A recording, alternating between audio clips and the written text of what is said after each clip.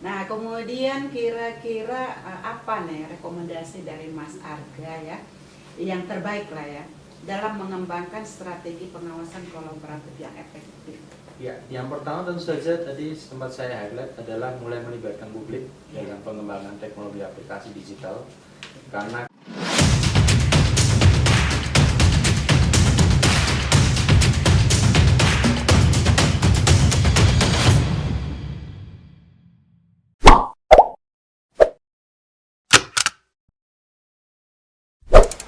Selamat siang, salam sejahtera untuk kita semua. Assalamualaikum warahmatullahi wabarakatuh. Saya Indah Kumala, moderator di kegiatan ini, yaitu Ngopi Seru, podcastnya Bawaslu Provinsi Kepulauan Bangka Belitung, ngobrol pemilu bersama Bawaslu. Nah, jadi itu adalah bagian daripada yang kita lakukan. Nah, sekarang hari ini tanggal 25 Oktober tahun 2023 kita dengan tamu yang sangat istimewa, yaitu nggak usah panggil bapak ya, panggil saudara aja ya, saudara Arga Pribadi Imawan. Jadi tempat tanggal lahir Sleman, tanggal 29 Maret 1954, jabatan pangkat kolonel tenaga pengajar 3D, kemudian instansi Universitas Gadjah Mada, alamat kantor Jalan Sosial Justisia nomor 1 Blok Sumur Sleman, NPWP 96. Nah, selamat datang saudara Arga di ngopinya Bawaslu hari ini. Nah, mungkin kita akan mencoba menggali bagaimana apa yang sekarang menjadi fenomenal di dalam masyarakat maupun bagi peserta pemilu. Kita tahu bahwa nanti pada tanggal 28 November itu kampanye pemilu akan dilakukan secara serentak.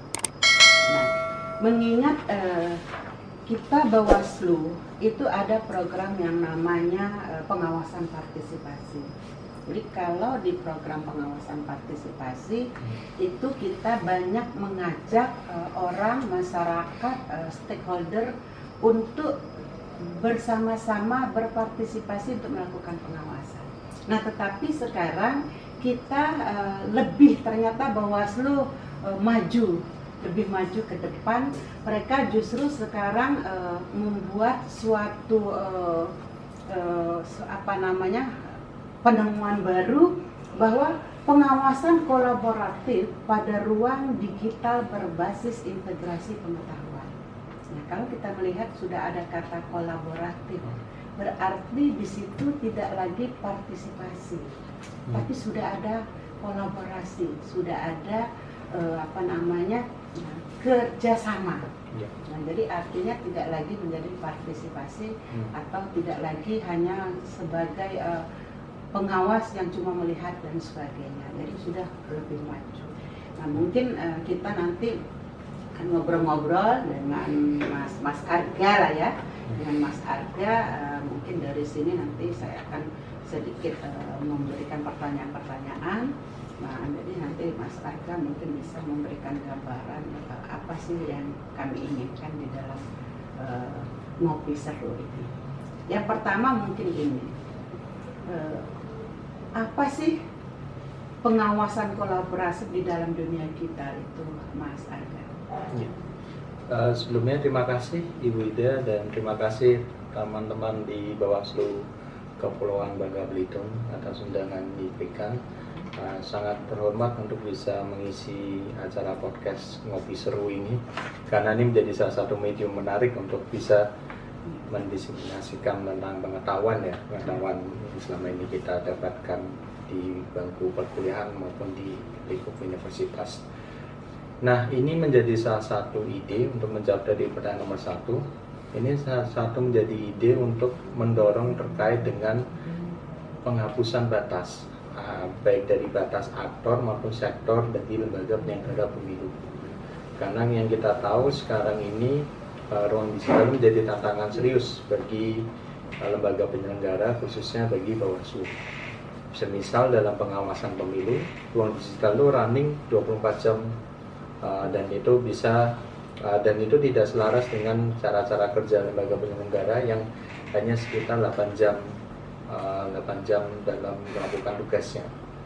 Nah, karena ini merupakan salah satu fenomena yang dirasakan seluruh elemen masyarakat, maka dari itu kita tidak bisa mengandalkan hanya Bawaslu saja, dan perlu pentingnya kolaborasi antar sektor, antar aktor untuk bisa terlibat dalam hal ini. Nah, salah satu yang paling penting dalam gagasan ini sebetulnya adalah bagaimana partisipasi publik atau kolaborasi dari publik itu bisa masuk dalam ranah pengawasan ini. Karena yang kita tahu ada beberapa inisiatif positif yang dilakukan oleh Bawaslu. Salah satunya diluncurkannya platform Bawaslu beberapa tahun yang lalu, itu yang sebetulnya mengundang partisipasi publik dalam aspek pengawasan di ruang digital. Ya, itu salah satu contohnya saja gitu ya. Oke. Nah, kalau definisinya sebenarnya apa sih, Mas, definisi daripada pengawasan kolaboratif pada ruang digital berbasis integrasi pengetahuan ini? Yang benar-benar kalau memang artinya orang tuh cuma tahu kolaborasi. Nah, tapi definisi sebenarnya itu sebenarnya mungkin secara bahasa Indonesia yang bagus dan benarnya itu sebenarnya apa sih definisinya itu pengawasan kolaboratif? Silakan. Ya, secara definitif mungkin ada banyak ahli yang kemudian mengeksplorasi ya, tetapi definisi yang kita tepatkan di sini adalah bagaimana tadi yang sudah saya singgung sempat awal adalah pengawasan itu bisa diruntuhkan antara lintas batas dan lintas aktor itu. Lintas aktor, lintas sektor, lintas isu itu bisa diruntuhkan. Karena seperti yang kita tahu kalau berbicara tentang konsepsi kolaborasi, itu pasti mengandaikan bahwa seluruh stakeholders memiliki tingkatan power atau kekuasaan yang sama.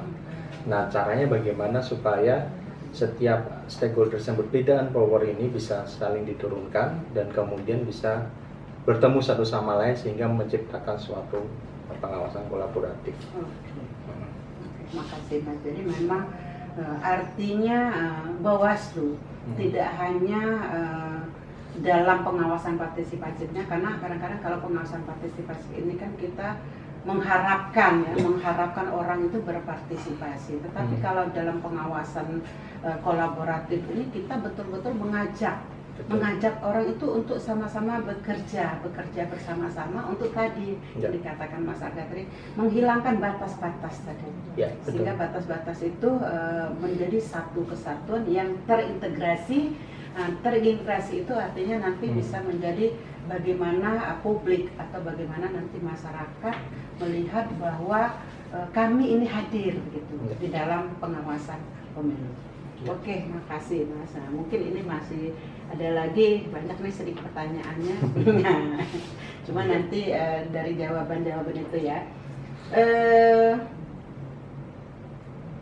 Bagaimana integrasi pengetahuan mempengaruhi pengawasan kolaboratif dalam ruang digital? Nah, kembali lagi digital, memang digital ini memang masanya gitu ya. Jadi penyelenggara pemilu juga harus hadir di dalam ruang-ruang itu. Jadi tidak lagi artinya secara kalau dulu pengawas pemilu itu zaman-zamannya kami menjadi pengawas pemilu itu ya benar-benar ke lapangan dengan membawa satu kertas gitu.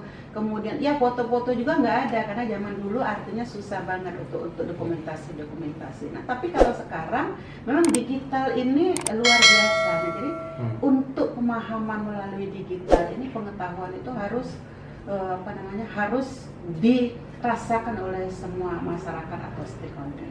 Oke, Mas Arga, karena memang ini acaranya namanya Ngobrol Pemilu bersama Bawaslu, ngopi seru, jadi supaya lebih seru maka ngopi. Nah, kebetulan saya juga orangnya hobi kopi. Nah, Mas Arga juga mungkin hobi kopi. Silakan langsung juga kita ngopi-ngopi. Ini kopi asli sini atau? Nah, sepertinya iya. Oh iya. Kopi King Kong.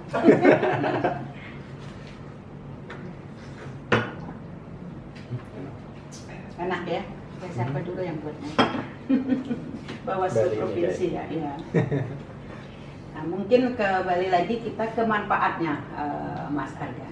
Manfaat daripada implementasi pengawasan kolaboratif ini. Iya, yang tadi mungkin saya jawab tentang integrasinya ya. Ya. Jadi Jadi begini, memang betul apa yang disampaikan Bu Ida beberapa puluh tahun yang lalu, itu memang sebelum 2014 tentu Ya, saja. betul. Itu adalah pengawasannya itu berbasiskan kepada pengetahuan atau pemahaman dari Bawaslu sendiri, kemudian turun ke lapangan dan seterusnya. Dan cara-cara seperti itu sebetulnya ketika zaman sudah mulai bergeser, 2014 dengan munculnya ratusan akun sosial media dari para peserta pemilu, cara-cara sama masih dilakukan sebetulnya sama Bawaslu di 2014, Pilgub 2017 di Jakarta, 2019 sekarang ini, dan 2024 juga gitu. Nah, sebetulnya yang dari missing point atau menjadi celah bagi kajian riset kami ini sebetulnya baik di mana sebetulnya tentang akomodasi pengalaman atau pengetahuan dari publik sendiri. Karena jika kita bicara tentang publik, justru mereka lebih tahu kondisi lapangan, yang mengetahui tentang bagaimana celah-celah kampanye itu dilakukan, dan seringkali publik itu tersisihkan dalam logika untuk berkolaborasi atau integrasi pengetahuan dalam tata kelola pengawasan. Nah, logika itu yang kemudian ingin kita dorong di dalam riset ini, di mana pengetahuan awam atau pengetahuan publik itu atau pengalaman publik itu bisa masuk dalam ruang kolaborasi ini, sehingga harapannya adalah kedepannya pengawasan berbasis di ruang digital itu bisa dilakukan secara maksimal dan sistematis. Oke, betul. Setuju banget tuh Mas ya. Jadi kalau kembali ke zaman dulu memang artinya sesuai dengan zamannya, sesuai dengan eranya. Nah, maka era sekarang kita sudah tidak bisa lagi melakukan pengawasan itu secara sederhana. Betul. Dan kalau dulu memang pengawasan itu memang cuma dilakukan oleh pengawas pemilunya, betul, tidak ada masyarakat yang terlibat gitu. Jadi Bawaslu sudah mencoba ruang-ruang itu sehingga dari partisipasi justru sekarang menjadi kerjasama, kolaborasi. Nah, jadi supaya celah-celah yang kita temukan di lapangan itu bisa diantisipasi ya. Apalagi pemilu tahun 2024 dan pemilu kada serentak 2024 ini tantangan yang sangat luar biasa di dunia digital. Kita sudah tahu sekarang, kita melihat sudah banyak di tweet, di Facebook, ya, di TikTok, orang sudah berani kampanye ya. Orang sudah berani kampanye, sudah ada nomor urutnya, kemudian dia partai dari mana, meminta dipilih dan sebagainya. Jadi kalau cuma Bawaslu sendiri yang melakukan pengawasan seperti itu memang berat. Betul. Sangat-sangat berat. Nah, jadi mungkin kembali lagi ke sini tadi, ke peran teknologi dalam memfasilitasi pengawasan kolaboratif di luar digital. Kira-kira apa itu, bagaimana perannya?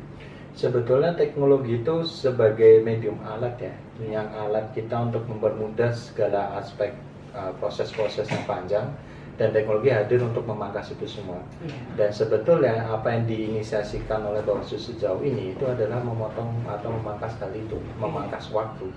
Semisal terkait dengan sikap lapor, itu kan salah satu aspek atau salah satu mekanisme di mana Bawaslu ingin memotong mekanisme itu. Namun sayangnya ada beberapa, salah satunya aplikasi Bawaslu ini yang kemudian turut redup karena yang ibaratnya ingin memotong agar suara publik itu bisa terakomodasi dengan lebih terarah, lebih terstruktur, itu malah justru tidak efektif sama sekali.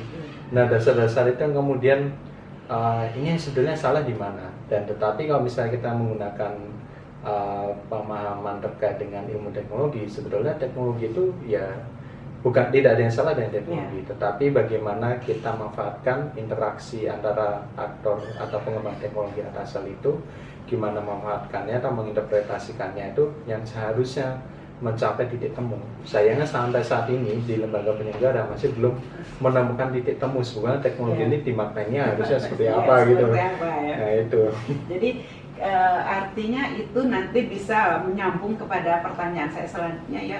Tantangan utama ya, tantangan utama yang dihadapi dalam mengimplementasikan pengawasan di lingkungan digital ini. Jadi ini masih merupakan tantangan menurut Mas Arga ya.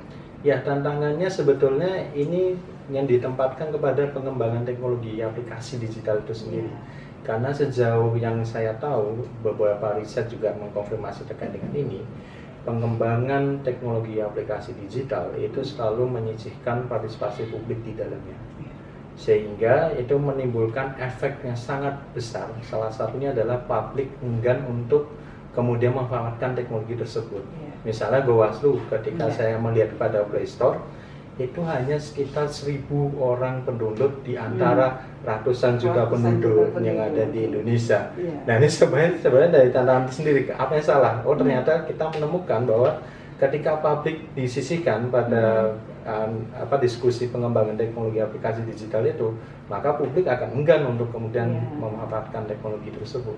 Nah, tantangannya sebenarnya itu di pengembangan teknologi yang seharusnya mengikut sertakan publik dalam proses-proses mekanisme pengembangannya. Iya, nah, jadi artinya itu celahnya yang sekarang justru yang Mbak dipantangan. Jadi itu nanti menjadi catatan bagi Bawaslu, sehingga nanti Bawaslu bisa menindaklanjuti hal-hal seperti itu, bahwa ternyata belum sampai kepada seperti yang diinginkan. Betul. Itu. Nah, kalau dari kemarin misalnya Mas Arga dan teman-teman yang sudah melakukan riset atau penelitian, nah kira-kira ada nggak contoh atau studi kasus yang ditemukan oleh Mas Arga beserta teman-teman? Iya. Mungkin ini nggak akan spesifik ke kepemiluan ya, tapi mungkin ada beberapa contoh bagus. Salah satunya adalah lapor.go.id, yang itu merupakan gagasan untuk keterbukaan proses segala proses administrasi yang digagas oleh Ombudsman Ombudsman Republik Indonesia. Nah, di situ ada kolaborasi yang muncul antara kantor staf presiden, Ombudsman Indonesia, bahkan dari pihak eksternal pun, yaitu UNDP masuk di situ. Nah, ini menjadi mekanisme yang sangat bagus bagi saya karena kolaborasi di situ tuh ada membentuk sebuah nilai baru tentang bagaimana, atau kesepakatan baru tentang bagaimana teknologi itu dimanfaatkan. Misalnya ketika kita ingin melaporkan tentang administrasi yang tidak kunjung selesai, kita bisa menggunakan itu, dan transparansi. Ini dokumen udah sampai mana, ini udah ditindaklanjutin dan di follow up ke kementerian apa, itu udah detail di situ. Itu sudah ada di dalam data itu terstruktur ya. Jadi artinya itu adalah salah satu tantangan bagi Bawaslu tadi, bahwa kolaborasi itu tidak cukup hanya sekedar kolaborasi, tetapi artinya tindak lanjut daripada kolaborasi itu harus memang menjadi satu integrasi ya. Jadi dia tidak terpotong, jadi dia satu integrasi, artinya khusus dalam pengetahuan tentang kepemiluan. Betul sekali. Oke, lanjut lagi nih Mas. Kayak sidang skripsi ya. Banyak sekali nih. Banyak sekali iya. Ini yang dibuatin ya. Nah, kemudian gini, tadi kan artinya kita menemukan celah-celah ya Mas Arga ya. Bagaimana di sini kita dapat memastikan keseimbangan antara pengawasan dan kebebasan di ruang digital? Nah, artinya ada keseimbangan antara pengawasan dan kebebasan di ruang digital. Pengawasan dan kebebasan. Nah, gimana itu keseimbangannya? Ya, ini menjadi polemik ya dalam segala aspek apapun ya, karena saya tadi sempat mencontohkan negara Estonia, yaitu pengawasan dan kebebasan memang dijunjung tinggi, tetapi yang perlu ditekankan adalah ini kayak timbangan hukum aja. Jadi kalau misalnya tiba-tiba udah berat kepada pengawasan, maka kita harus membuka keran sedikit untuk kemudian kebebasan. Karena bagaimanapun ini bagaikan dua arah mata angin yang berbeda, tetapi pada titik tengah saya yakin dulu bisa, karena negara Estonia dengan logika yang sangat sangat demokratis itu juga bisa menyeimbangkan aspek-aspek itu, sehingga ya tentu saja nanti ada tantangan terkait dengan polemik di masyarakat dengan seperti apa, tetapi itu menjadi keahlian bagi Bawaslu sebagai institusi untuk memainkan perannya di situ. Oke. Artinya itulah bagaimana kita mengatur keseimbangan tadi. Jadi nggak juga selalu ke pengawasan, tapi di kebebasannya akhirnya tersumbat ya. Bisa kembali lagi ke zaman-zaman yang dulu ya. Artinya ini karena saking diawasi, akhirnya kebebasan juga tidak terakomodir ya. Jadi memang harus ada keseimbangan itu ya. Nah, kemudian kira-kira apa nih rekomendasi dari Mas Arga ya, yang terbaik lah ya dalam mengembangkan strategi pengawasan kolaboratif yang efektif Ya, yang pertama tentu saja tadi sempat saya highlight adalah mulai melibatkan publik dalam pengembangan teknologi aplikasi digital. Karena ketika itu dilibatkan, maka sense of belonging atas hak kepemilikan atas teknologi tersebut akan dimiliki publik, sehingga publik akan dengan sukarela menggunakan aplikasi itu. Yang kedua adalah mulai memikirkan aspek kolaboratif, bukan kepada aspek yang sifatnya ke sektoral, karena beberapa isu di lembaga penyelenggara pemilu kan selalu sektoral ya.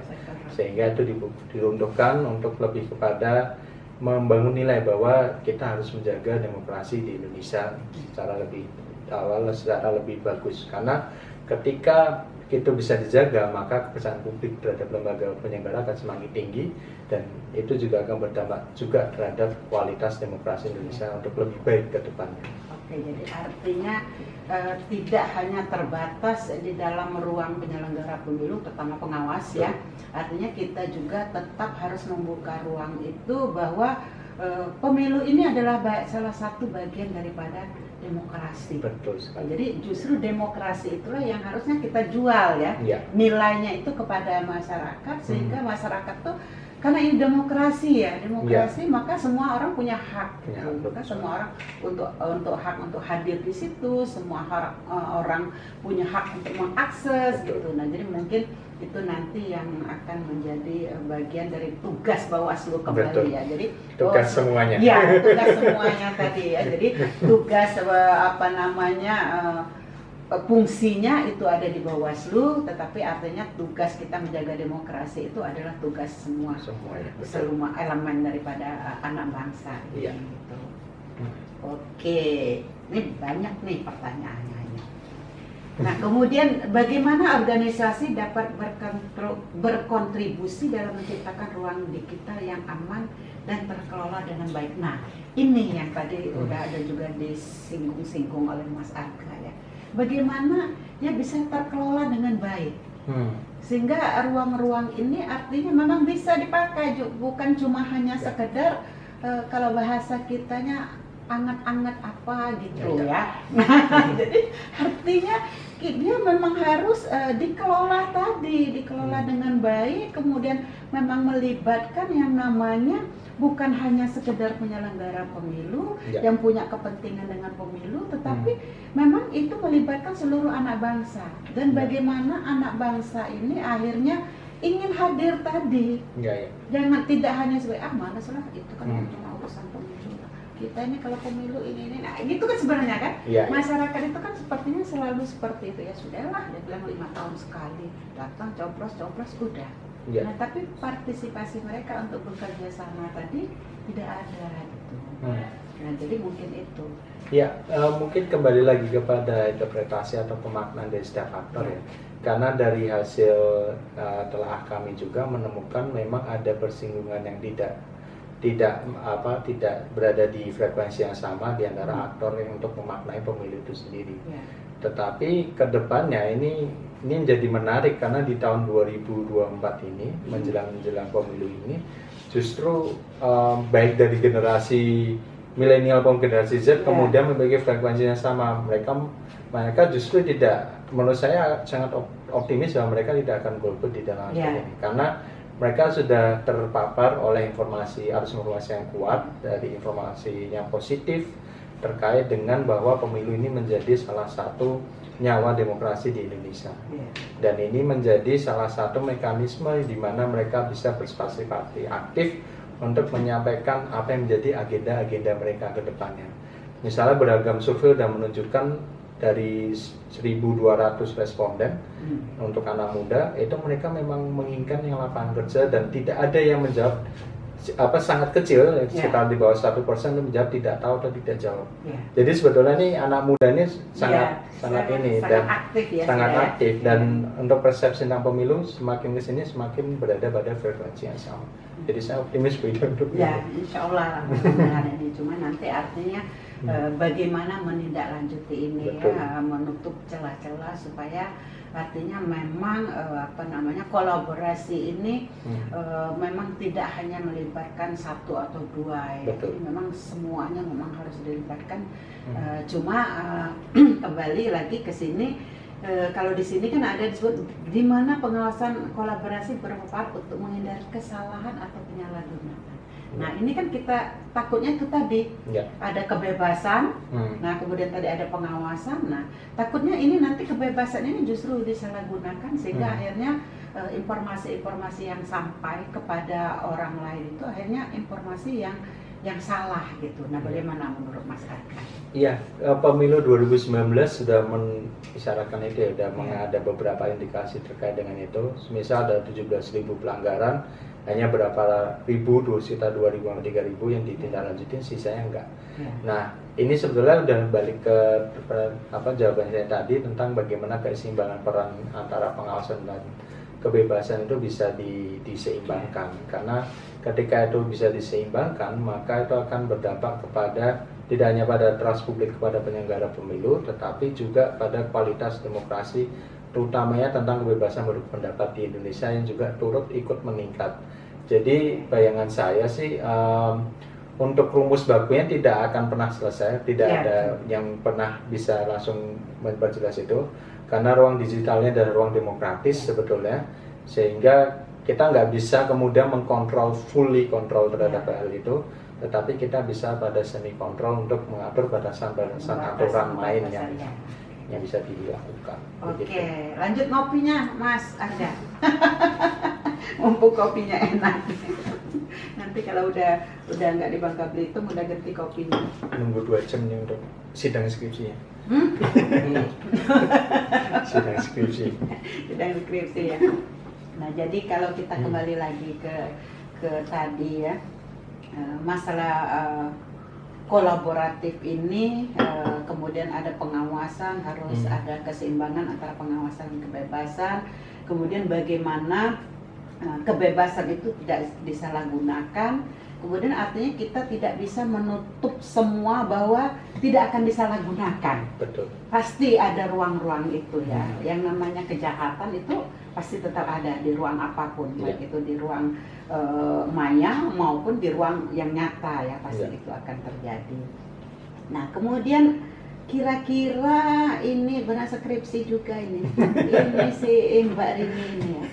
Bagaimana cara menyeimbangkan kebebasan berekspresi ya dengan kebutuhan untuk memantau dan mengelola interaksi di ruang digital. Nah, jadi kembali lagi kalau tadi kebebasan, sekarang kebebasan berekspresi, kalau kata TTBC itu ekspresi ya. Jadi kadang-kadang memang kita butuh itu ya. Kadang-kadang memang ruang digital ini adalah memang ruang tempat orang membuat ekspresi diri dia sendiri. Betul. Nah, cuma nanti kita bisa bisa melihat apakah ekspresi yang dibuat dia itu menyalahi aturan atau merugikan orang lain. Ya. Nah, itu bagaimana? Ya, tadi untuk pertama mungkin saya akan jawab tentang yang ruang digital itu ya, karena emang kita nggak bisa fully control, kita akan lebih pada semi kontrol dan harus menentukan aturan main. Nah sayangnya aturan main untuk membatasi ekspresi yang seperti apa, misalnya diksi yang digunakan supaya tidak bernuansa kampanye itu seperti apa, itu belum diatur dalam beberapa regulasi yang diterapkan oleh lembaga penyelenggara sejauh ini. Undang-Undang Nomor 7 Tahun 2017 tentang penyelenggaraan pemilu misalnya, itu belum ada spesifik untuk membatasi unsur-unsur terkait dengan diksi yang kemudian bernuansa kampanye. Nah itu kan sebetulnya menjadi salah satu tantangan ya, ketika 2014 sudah mulai pindah pada migrasi ke ruang digital, kemudian ada Undang-Undang 2017, tapi seolah-olah tidak bisa merespon apa yang terjadi di pemilu 2014. Sehingga menurut saya perlu ada peningkatan atau pengelaborasian lebih luas terkait dengan bagaimana membatasi ekspresi agar itu tidak bernuansa kepada diksi-diksi berbau kampanye. Begitu. Jadi arti itu ya, tidak disalahgunakan tadi. Nah, cuma memang kembali lagi kita ini kan segala sesuatunya harus ada aturan main. Betul. Harus ada landasan hukum. Nah, jadi bagaimana kita menindaklanjuti yang dianggap tadi penyalahgunaan, kemudian ekspresi seperti apa sih yang bisa disebut sebagai yang salah ya, yang benar gitu. Nah, artinya hal-hal seperti ini kan harus udah ada dulu standar-standarnya. Betul. Sudah ada aturan-aturannya. Oh, yang seperti ini belum boleh atau tidak boleh. Ya. Nah, sama seperti sekarang misalnya alat peraga sosialisasi Betul. dan alat peraga kampanye. Di dalam Undang-Undang Nomor 7 itu tidak ada yang namanya alat peraga sosialisasi. Dasar hukumnya mana? Nggak ada. Iya. Nah, kemudian bagaimana kita mau menindaklanjuti mana sih yang boleh, terus yang mana sih yang boleh? Kan nggak ada aturannya. Iya, betul. Jadi memang kita nih, kalau saya melihat ya, punya keinginan, tapi keinginan itu belum dibuat dalam suatu aturan main. Betul. Jadi mungkin hanya dengan kesadaran ya. Kesadaran itu mungkin dengan moral, kemudian etika. Iya. Nah, patut tidak saya melakukan itu, mungkin hanya Iya. kepada situ Mas. Pembatasan di situ Ya, sih kalau pembatasan Kominfo di juga. situ ya. Jadi cuma kira-kira ini tidak patut lah ya. Iya. Calon wakil rakyat, calon pemimpin melakukan seperti ini secara moral nggak patut. Mungkin hanya seperti itu ya. Iya. Nah, kemudian ini sarannya. Saran orang-orang yang ingin meningkatkan pengawasan kolaboratif mereka di dunia digital tanpa terlalu membatasi kreativitas dan inovasi. Nah, artinya ini juga harus ada pembatasan ini. Bagaimana kita menyarankan orang-orang tadi? Kalau tadi saya sudah singgung, artinya hanya bisa dengan moral dan etika tadi, patut atau tidak. Nah, kalau menurut Mas Arga gimana itu? Iya, pembatasan sejauh ini memang hanya pada aspek itu ya. Salah satu yang jadi mekanisme pembatasan itu adalah yang dikeluarkan Kominfo terkait dengan etika digital, berdigital. Bersosmed itu juga masuk di situ. Tetapi yang menjadi sayangnya adalah di etika berdigital dan bersosmed itu hanya membatasi koridor tentang seberapa lama mengakses sosial media, sumber-sumbernya relevan atau enggak, dan lain sebagainya. Tetapi itu tidak membahas spesifik tentang bagaimana kemudian aspek-aspek terkait dengan dimensi-dimensi lainnya yang lebih praktis, salah satunya di lembaga penyelenggara pemilu itu tidak diakomodir di dalam aspek regulasi atau aturan main itu sendiri. Sehingga kalau saran saya sih, saran terdekat untuk pemilu ke depannya, ini kebetulan di tim UGM Universitas Gadjah Mada sedang ada, kita baru saja rilis tentang framework yang disebut sebagai smart activism. Jadi gimana kemudian publik itu membangun narasi-narasi positif di dalam ruang sosial media agar bisa menjadi wacana pembanding yang sifatnya negatif selama ini. Nah, ada beberapa aspek ya, kayak harus informatif, substantif, knowledge, dan juga yang sangat advokat. Oke, dilanjut lagi Mas Arga sambil ngopinya. Lanjut. Nah, biar matanya nggak ngantuk pas pagi. Nah, ini mungkin yang terakhir Mas ya, yang dari skripsi ini ya. Deskripsi ini. Diterima apa enggak nih, Bu? Iya, nanti mungkin sesudah ini nanti mungkin kita banyak ngobrol santai aja ya, biar nanti timnya Humas nanti bisa mengambil di celah-celah itu ya. Ya. Nah, yang paling terakhir ini mungkin bagaimana sih Mas Arga ini melihat masa depan pengawasan kolaboratif? Jadi artinya sudah harus jauh ini. Ya. Ya, pengawasan kolaboratif di era teknologi terus berkembang ini. Wah, ini pertanyaan sulit sebetulnya. Pertanyaan akhir kenapa selalu sulit ya? Jadi gimana ya? Kalau misalnya kita mengimajinasikan terkait dengan perkembangan teknologi, itu adalah sesuatu yang tidak bisa kita kontrol, betul ya. Dia akan terus berkembang kayak pesawat itu langsung udah lepas landas. Nah, pada saat lepas landas, fungsi-fungsi kita di dalam lembaga penyelenggara pemilu masih berada di landasan pacu. Mau berdiri nggak jadi gitu. Dan itu salah satu yang menjadi tantangan sebetulnya tentang adaptif sebetulnya, lembaga yang jadi adaptif sesuai dengan perubahan zaman, yang seharusnya cara-cara kerjanya tidak lagi yang tadi saya bilang bahwa segmented antara satu institusi dan lain, tetapi sudah mulai memperluaskan fungsi-fungsinya. Ya, dan tidak hanya terbatas bahwa ini punya aku, ini punyamu. Ya. Tapi ya sesuai yang dikatakan Pak Presiden juga sebenarnya tentang agile, untuk lebih lincah, lebih kolaboratif, lebih adaptif, itu sesuatu yang harus kita lakukan di masa depan. Gitu. Oke, terima kasih Mas Arga. Jadi memang tidak mudah Mas Arga ya, karena mengelola yang namanya digital, mengelola manusia-manusianya itu sangat-sangat tidak mudah. Kemudian di penyelenggara pemilunya, terutama di pengawasan, masih banyak sekali mungkin yang akan dilakukan supaya bisa mencapai ini. Tapi anggaplah ini sebagai suatu permulaan, suatu kemajuan dari tadi yang saya katakan di awal-awal tadi. Kalau kemarin Bawaslu cuma mengandalkan yang namanya pengawasan partisipasi. Nah, dari pengawasan partisipasi kita juga melibatkan lembaga-lembaga, kita melibatkan stakeholder, kemudian tadi yang namanya kelompok-kelompok disabilitas, kemudian kelompok-kelompok yang termarginalkan dan sebagainya itu kita ambil menjadi bagian. Cuma artinya zaman sekarang memang digital ini harus menjadi satu yang terintegrasi. Terintegrasi tadi kalau di sini kan tadi disebutkan terintegrasi secara pengetahuan. Nah, jadi artinya kita juga harus melihat level-level pengetahuan itu untuk yang mana gitu ya. Untuk yang tadi mungkin yang kelompoknya sekarang yang kaumnya Y, Z segala macam ini. Nah, kalau yang kaumnya kayak Bunda ini apa sih namanya apa itu yang lahir di tahun 60-an. Nah, itu sudah sangat-sangat gagah ya. Nah, jadi untuk informasi-informasi itu artinya Bawaslu juga penyelenggara pemilu ataupun lembaga-lembaga lain itu sudah juga harus membagi ya.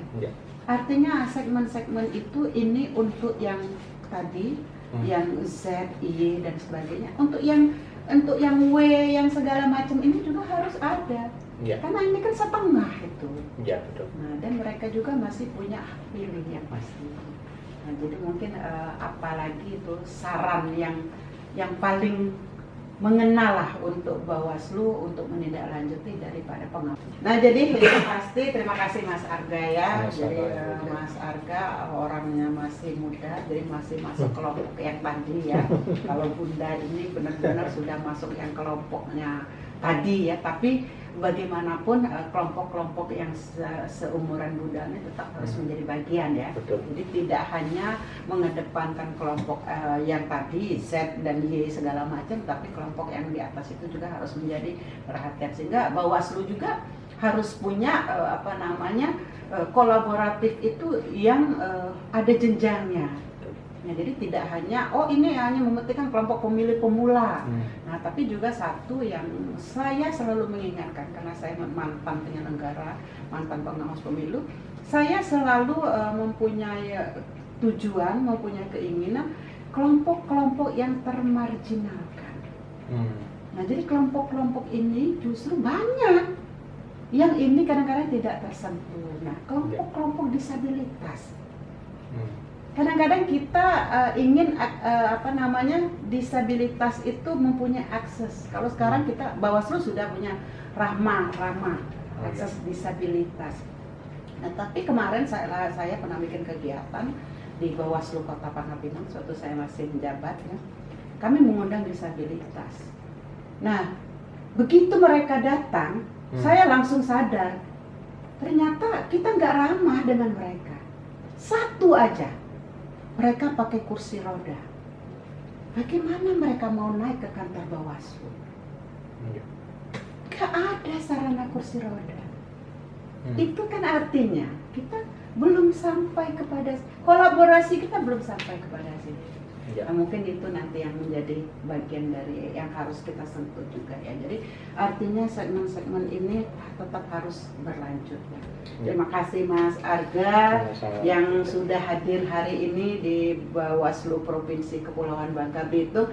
Saya juga merasa bangga masih dihadirkan lah ya kelompok yang tadi, karena bagaimanapun jiwa pengawas saya dari tahun 2007 itu masih tetap hadir. Jadi sehingga kadang-kadang kalau kita melihat ada hal-hal yang seperti ini, kadang-kadang kita kenapa seperti ini, kenapa ada seperti ini, kenapa Bawaslu seperti ini. Nah, kita pasti menimbulkan hal seperti itu. Jadi terima kasih atas kehadirannya, karena ini nanti akan kembali ke Jogja ya. Besok. Oh, besok. Iya. Nah, Jogja. masih ada nggak pesawat yang ke Jogja sekarang? Harus Ada transit dulu ke ada lagi ya, tetap Jakarta. transit ya. Nah, jadi terima kasih banyak sudah kumpul di yang namanya ngobrol pemilu bersama Bawaslu. Suatu kebanggaan bagi kami orang-orang muda yang hadir di dalam riset-riset yang dilakukan oleh perguruan tinggi, kemudian oleh institut-institut lah yang menjadi bagian daripada yang mungkin akan menjadi satu kolaborasi untuk pengawasan pemilu menuju terintegrasinya pengawasan pemilu secara digital dan satu pengetahuan. Ya.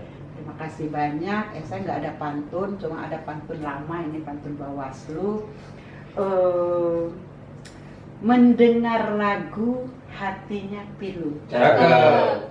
Karena terkenang dengan masa lalu. Cakep. Bersama rakyat awasi pemilu, bersama Bawaslu tegakkan keadilan pemilu.